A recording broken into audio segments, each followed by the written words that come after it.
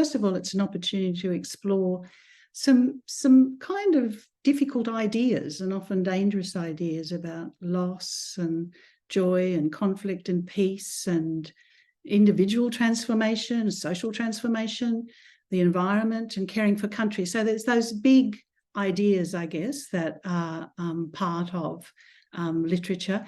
It's also, and associated with that is this idea that children's literature is also a form of socialisation too, of learning to value and believe and act in particular ways. And along with that comes the opportunity to examine that, perhaps to affirm it or to challenge it. So, that's, I think those big ideas are there, but they're also there to be explored. But other people talk about how literature enables children to have their own experiences and affirmed and identities affirmed, to see things from the perspective of others outside of their own communities and cultures. They talk about exploring those difficult topics at a safe distance. And once they're available, they can be talked, and to share those ideas about characters and happenings with others, whether that be peers, teachers, siblings, etc.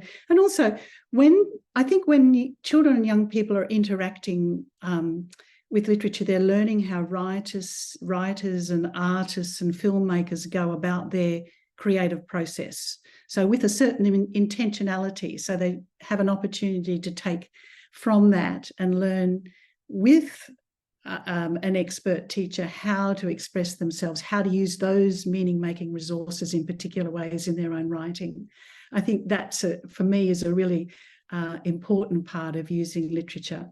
And so there's another aspect too, and I think it's worthwhile for those of us as primary teachers to think about. Much literature is multi-layered, so that when children in primary schools are learning to read into text, read on a couple of layers, what they're doing is laying down skills that are going to be so important for English in the secondary years. And English is the only subject that's mandatory for all students. So they're learning what people have called the gaze of English. So that to me is also important.